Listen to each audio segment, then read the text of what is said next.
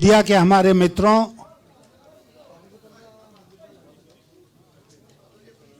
सबसे पहले तो मैं आपको धन्यवाद देना चाहता हूं कि आप इतनी बड़ी संख्या में यहां पर उपस्थित हुए और ये आशा करता हूं कि आपके माध्यम से यहां से हमारा जो संदेश है वो पूरे नॉर्थ ईस्ट में जाएगा। दुर्भाग्य से मेरे पास इतना वक्त नहीं है कि मैं चाहकर भी उन सब राजधानियों में जाऊं जहां मेरा जाने का मन था। इसीलिए आपके माध्यम से हम वहां के लोगों को भी संबोधित कर रहे हैं। इस मीडिया इंटरैक्शन के बाद हम आपको एक लिखित स्टेटमेंट देंगे जो हमारी ओर से मीडिया के लिए यहाँ गुवाहाटी से जारी हो रहा है। लेकिन अभी आपने सुना कि मुख्य रूप से एमएलएज, एमपीज और बाकी लोगों की जो बैठक हुई इस हॉल में, उसमें मैंने अपनी बात कही है और मुख्य रूप से ये बात कही है कि ये चुनाव, राष्ट्रपति का चुनाव बहुत असाधारण परिस्थितियों में हो रहा है और सबसे बड़ा सवाल जो आज देश के सामने है वो ये है कि क्या हम अपने संविधान की रक्षा कर पाएंगे, क्योंकि संविधान के ऊपर जो आक्रमण हो रहा है वो और किसी के द्वारा नहीं बल्कि सरकारी पक्ष और सरकार के द्वारा हो रहा है। इसीलिए बहुत कठिन परिस्थिति है और इस कठिन परिस्थिति में राष्ट्रपति का चुनाव जो है वो और भी ज़्यादा महत्वपूर्ण हो जाता है।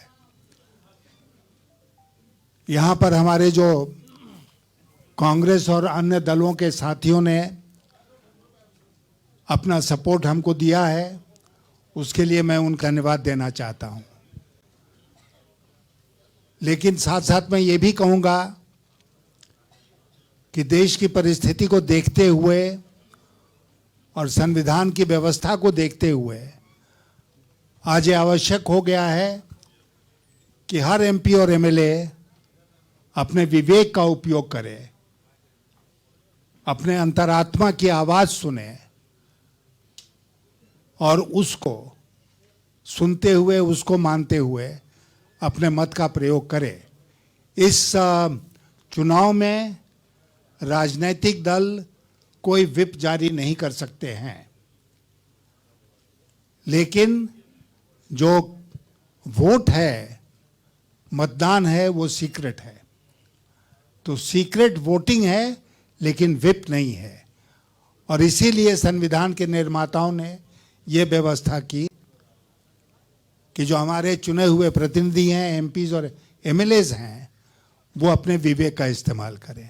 आज मैं उसी स्पिरिट को यहाँ पर इन्वोक कर रहा हूँ और आशा करता हूँ कि जिन लोगों ने प्रत्यक्ष रूप से अपना समर्थन मुझे यहाँ पर व्यक्त करके दिया है, उसके अलावा बाकी जो लोग हैं इस राज्य में और नॉर्थ ईस्ट में, वो भी अपने विवेक का इस्तेमाल करते हुए अपने मत का प्रयोग मेरे लिए करेंगे। बहुत बहुत धन्यवाद। ममता बनर्जी द्रौपदी मुर्मू के बारे में सॉफ्ट है, शिवसेना भी द्रौपदी मुर्मू को सपोर्ट करने का ऐलान किया है, आपकी क्या प्रतिक्रिया है? जहाँ तक शिवसेना का सवाल है तो आप जानते हैं कि वो पार्टी टूट गई थी, उनकी अपनी मजबूरी है, उस मजबूरी में उनको सपोर्ट करना पड़ रहा है। लेकिन मैं आपसे साफ शब्दों में कहना चाहता हूं कि राष्ट्रपति चुनाव के ठीक पहले इस प्रकार की तोड़फोड़ जो हो रही है वो भारत सरकार के द्वारा की जा रही है। अपने शक्तियों का दुरुपयोग करके भारत सरकार कई लोगों के लिए एक परिस्थिति पैदा कर रही है जिसमें कि वो विवश हो जाएं, कंपेल हो जाएं अपना वोट उनको देने के लिए। जहां तक ममता बनर्जी का सवाल है, मैं आपसे स्पष्ट रूप में कहना चाहता हूं कि बंगाल से न केवल टीएमसी का बल्कि और भी बहुत दलों का हमको समर्थन मिलेगा इस चुनाव में। But the opposition's unity is visibly falling apart. If we look at Jharkhand Mukti Morcha, the TDP, everyone has come out openly in support of Mrs. Murmu. Look, the opposition parties had got together in Delhi, as I mentioned, twice. Then they had some informal meetings. Jharkhand Mukti Morcha was a part of that. They have not yet said that they are either here or there. That is a stage. But they were part of the meeting. As far as which party did you name? TDP is concerned, they were not invited to the meeting. I did not organize the meeting. I did not know why they were not invited, but I am not surprised that they have decided the way they have decided. But let me tell you that this is a fight. This is a fight, and I am in this fight with all the determination which is needed. आम आदमी party समय आने पर अपने पत्ते खोलेगी। हाँ, silent है, मैं भी जानता हूँ। सर, आपने जिस लड़ाई की बात की इससे पहले भी जो अपोजिशन के जो दल है, छोटे बड़े जो भी दल है, वो अलग हो रहे हैं। ऐसे में लगता है कि आपकी जो लड़ाई जो है मंजिल तक पहुंच पाएगी। अभी मैंने ये इसका सवाल का जवाब दिया। देखिए, जो मीटिंग हुई थी उस मीटिंग में जितने दल थे उसमें से एक ही दल है जो कि अभी अलग थलग नजर आ रहा है, और वो है शिवसेना। लेकिन मैं साथ साथ आपको ये भी बता दूं कि तेलंगाना राष्ट्र समिति विपक्ष की उस बैठक में नहीं थी, लेकिन अगर मेरा भव्य स्वागत हुआ कहीं पर तो हैदराबाद में हुआ, और केसी रामाराव जो उसके हेड हैं और चीफ मिनिस्टर हैं उनके द्वारा किया गया।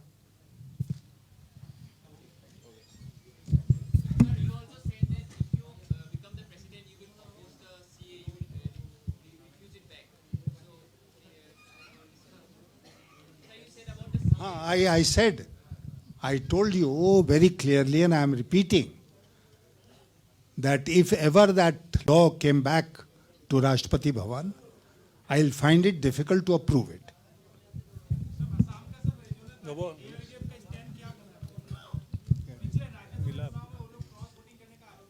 अब वो क्या आरोप है मैं नहीं जानता हूं, लेकिन आज मैं उनके विधायकों से मिला और उन सब लोगों ने मुझे आश्वस्त किया है, अश्योरेंस दिया है कि वो मेरे लिए वोट करेंगे। ধন্যবাদ, সকলোকে ধন্যবাদ। আমাৰ এই মিডিয়া ডিপাৰ্টমেণ্টৰ চেয়াৰমেন মনজিত মহন্ত ডাঙৰীয়াই এখন প্ৰেছ ৰিলিজ আপোনালোকৰ হাতত দিব ছাৰৰ হৈ পেলাই।